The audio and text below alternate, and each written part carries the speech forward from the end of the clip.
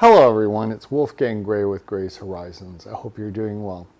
This channel is new, so if you like this video, please hit like, subscribe, and by all means leave a comment. Air raid sirens. A bomber silhouette fades into a ticker tape of green numbers. Every missile is also a currency weapon. Here's the move. Keep a permanent enemy on the board, not for victory, for velocity.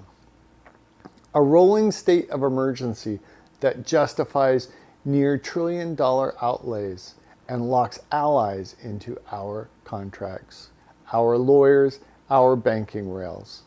Those contracts clear in dollars. The parts clear in dollars. The maintenance clears in dollars. You don't just buy a weapon system. You buy a currency zone. Fear handles the rest. Tension rises, headlines flash, and capital does what it's been trained to do for decades. It runs to the supposed safe place. Treasuries, dollar, money, markets. The VIX breathes in. Domestic fundamentals can be messy. Doesn't matter. The map looks dangerous. The dollar feels necessary. Safe haven by muscle memory.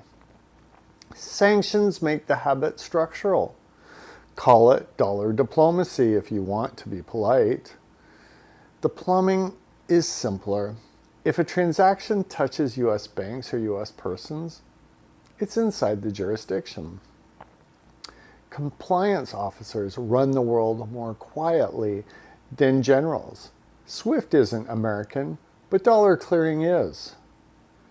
The tap turns on or off depending on policy, and everyone learns to keep a bucket of USD around, just in case. You can hate the rules. You can still need the pipes, and the pipes don't stop at the Pentagon. Arms packages and fuel deals travel together.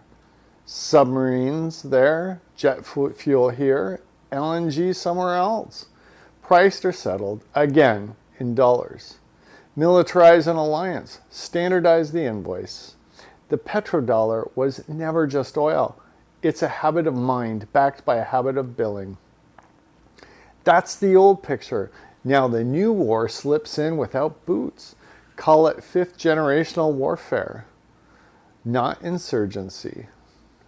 That was fourth gen. This one fights for cognition. The battlefield is attention. The weapon is the narrative. And the prize is capital flows. Planners talk openly about the human domain. Defense contractors hire data science teams like they once hired test pilots. Generative models spin up personas by the thousands, tuned to trigger your tribe. Deepfakes don't need to fool anyone. They just need to steal the first 5 minutes of your reaction time.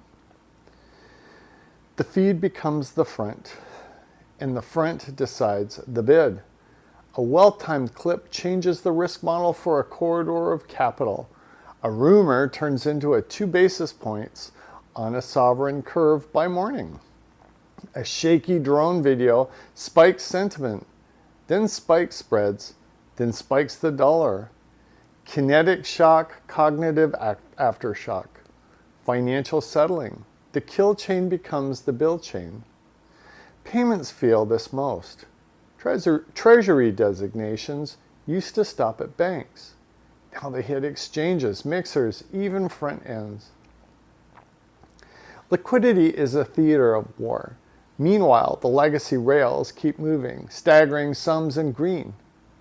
And a parallel highway of dollar-pegged stablecoins hums at hundreds of billions in float. Guess what currency the majority of those tokens track? Perception moves flows. Flows fortify the dollar. The loop tightens. And still, the chorus sings de-dollarization. I get it. Freeze a rival's reserves, and you force everyone else to imagine their own worst day. But imagination isn't an asset class. Safety is. To dislodge the dollar, you need a deeper, safer pool. Clean collateral, predictable courts, and a lender of last resort that can move in hours, not months. That's not a conspiracy. That's the math of panic. Then there's the quiet sovereign in the room, the Federal Reserve. Opaque, autonomous, not on your ballot. Its rate moves don't only set your mortgage, they ration oxygen for the global system. When the Fed tightens, the planet inhales dollars and chokes on the shortage. When it loosens, the planet exhales risk. The permanent enemy model complements this beautifully. Managed fear keeps demand high for the thing only the Fed can issue at scale. A central bank with an air force behind it. Let that sink in. And it gets worse because fifth generational warfare doesn't just target opinions. It targets the plumbing of trust. Watermarks and provenance won't fix the core problem. Velocity. By the time a clip is debunked, the market has priced it. By the time a claim is corrected, the convoy has moved. We've built a command and control system where feeds trigger trades, trades trigger narratives, narratives trigger policy, and policy boomerangs back into the feed. A perfect auto catapult. So where does that leave you and me? Inside the loop? Your savings account, your 401k, your rent, your job, your credit line. These live on the dollar's oxygen schedule. The stronger the safe haven reflex, the cheaper Washington can fund itself during crisis. And the more the rest of the world pays for that stability through dollar shortages, currency slides, higher import prices. At home, you feel it as a shifting floor, yields up, credit tight, then a sudden flood of liquidity. Asset prices lift, and we call it normal. It isn't normal, it's tactical. Meanwhile, compliance colonizes daily life. Banks err on the side of no, because fines are existential. Remittances crawl. Small exporters choke on KYC friction. Platforms throttle reach for safety or for politics. X, formerly Twitter, for all its volatility, widened the speech aperture versus the old guard. And that matters. Narrative monocultures are a national security vulnerability. But wider speech also means more noise, more psyops, and more ways to steer capital.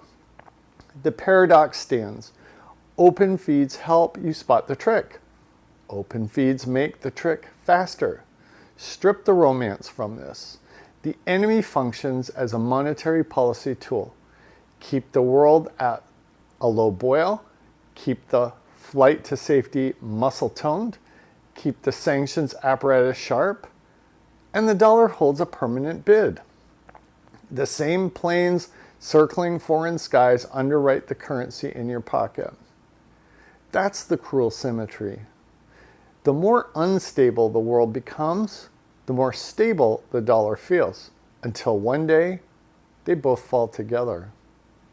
But if that day never comes, the cost is paid invisibly by everyone outside the core and by most people inside it who never get a bailout. You're not invited to the discount window, you're handed a credit score.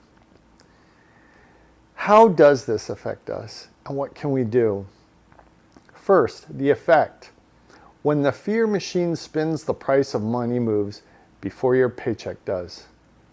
Mortgages price off a curve that jerks with geopolitics. Credit cards follow. Small businesses see lines pulled or repriced while procurement drips in.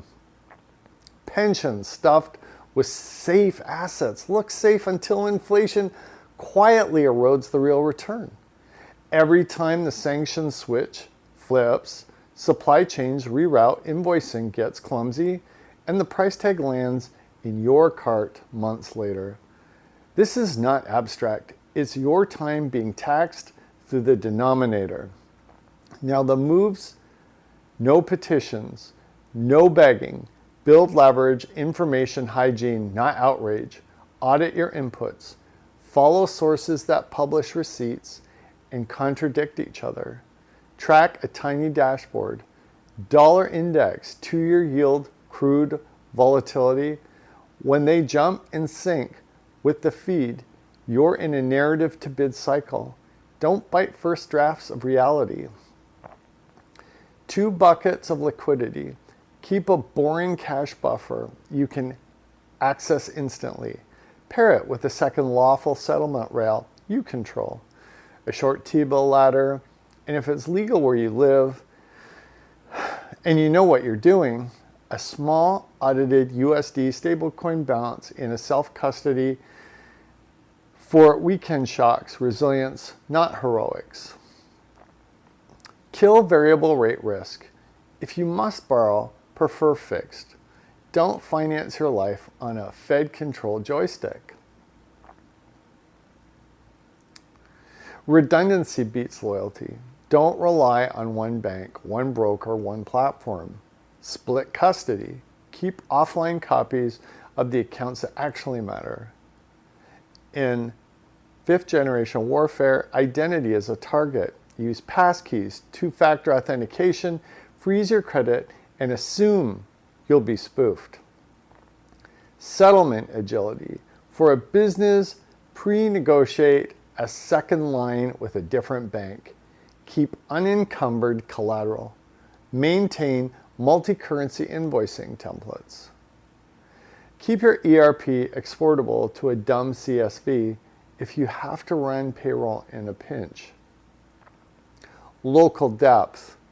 Know the suppliers within 50 miles who keep you moving if a compliance shock slows imports. Sovereignty scales from neighborhoods up. Attention portfolio.